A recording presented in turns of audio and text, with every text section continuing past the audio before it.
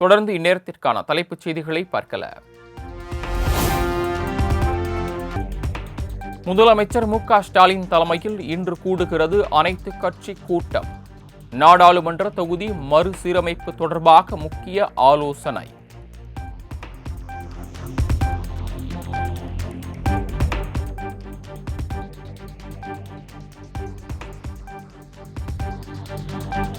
திமுக சார்பில் நடத்தப்படும் அனைத்து கட்சி கூட்டத்தில் அதிமுக, தேமுதிக, தவேக உள்ளிட்ட 42 கட்சிகள் பங்கேற்பு. பாஜக, நதக, தமாக ஆகிய கட்சிகள் புறக்கணிப்பு.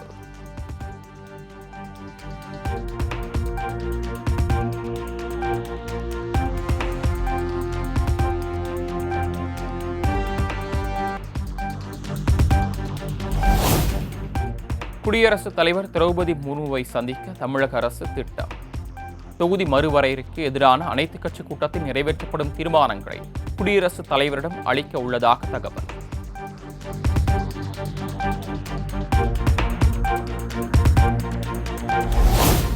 ஓட்டுக்காக உதட்டளவில் தமிழை உச்சரித்து உள்ளமெங்கும் ஆதிக்க மொழி உணர்வுடன் மத்திய அரசு செயல்படுவதாக முதலமைச்சர் மு.க.ஸ்டாலின் விமர்சனம். மொழி சமத்துவமே திமுகவின் லட்சியம் என்றும் தொண்டர்களுக்கு கடிதம்.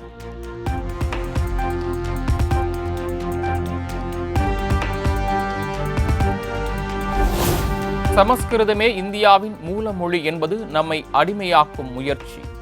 மத்தியில் ஆள்பவர்கள் தமிழ் பகைவர்களாக இருப்பதாகவும் முதலமைச்சர் மு.க.ஸ்டாலின் குற்றச்சாட்டு.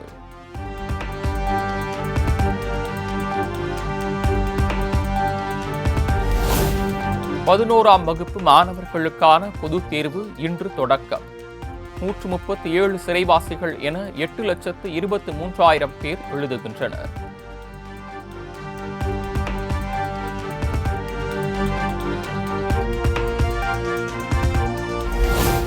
தமிழ்நாட்டின் மன்னார் வளைகுடா பகுதியில் கடல்சார் ஆழ்துளை எரிவாயு கிணறுகள் அமைக்கும் பணியை உடனடியாக கைவிட வேண்டும்.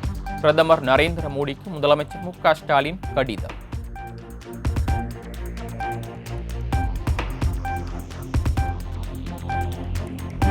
(2026) சட்டப்பேரவை தேர்தலில் வாரிசு அரசியலுக்கு முற்றுப்புள்ளி வைக்கப்படும் என அதிமுக பொதுச் செயலாளர் எடப்பாடி பழனிசாமி சூளுரை.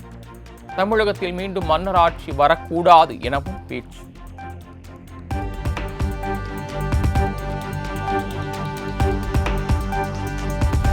தேமுதிகவிற்கு ராஜ்யசபா சீட் தருவதாக நாங்கள் கூறவில்லை. கூட்டணி பேச்சுவார்த்தையின் போதே ராஜ்யசபா சீட் உறுதியானதாக பிரேமலதா தெரிவித்திருந்த நிலையில் இபிஎஸ் மறுப்பு. அதெல்லாம் உரிய நேரத்தில், அதாவது இந்த கூட்டணி இதெல்லாம் விட்டுருங்க.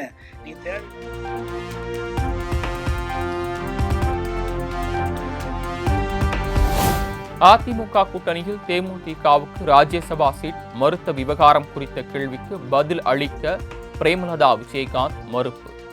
சத்தியம் வெல்லும், நாளை நமதே என விஜயகாந்த் எக்ஸ் பக்கத்தில் பதிவிட்டு சில நிமிடங்களில் நீக்கம்.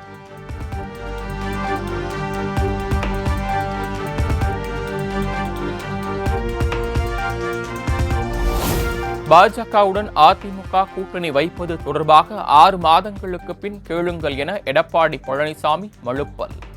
இதுவரை நேரடியாக பாஜகவுடன் கூட்டணி இல்லை என தெரிவித்த இபிஎஸ் செய்தியாளர்களின் கேள்விக்கு பதில் தர மறுப்பு.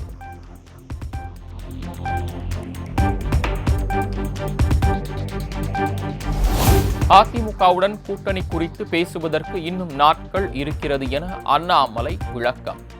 தொகுதி மறுசீரமைப்பு பற்றி கற்பனையான அனைத்து கட்சி கூட்டம் கூட்டப்படுவதாக விமர்சனம்.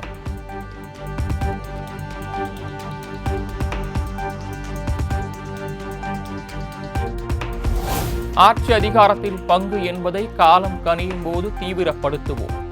தேர்தல் வரும் சிரித்தபடி என பதிலளித்த சிசிக தலைவர் திருமாவளவன்.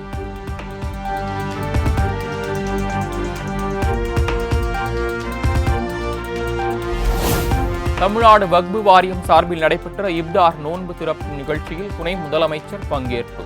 கடந்த 4 ஆண்டு கால ஆட்சியில் இஸ்லாமியர்களுக்கு எண்ணற்ற திட்டங்கள் செயல்படுத்தப்பட்டுள்ளதாகவும் பெருமிதம்.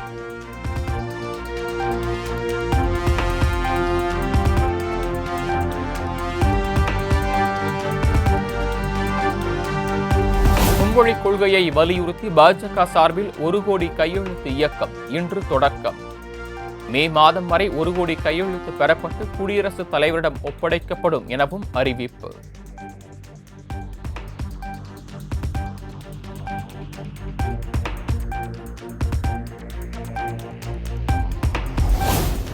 சென்னை மெரினாவில் நடைபெற்ற வாகன சோதனையில் 28 கிலோ தங்கம் பறிமுதல். காரில் தங்கத்தை கொண்டு சென்ற பிரகாஷ் கிரண் உள்ளிட்ட 4 பேரிடம் காவல்துறை விசாரணை.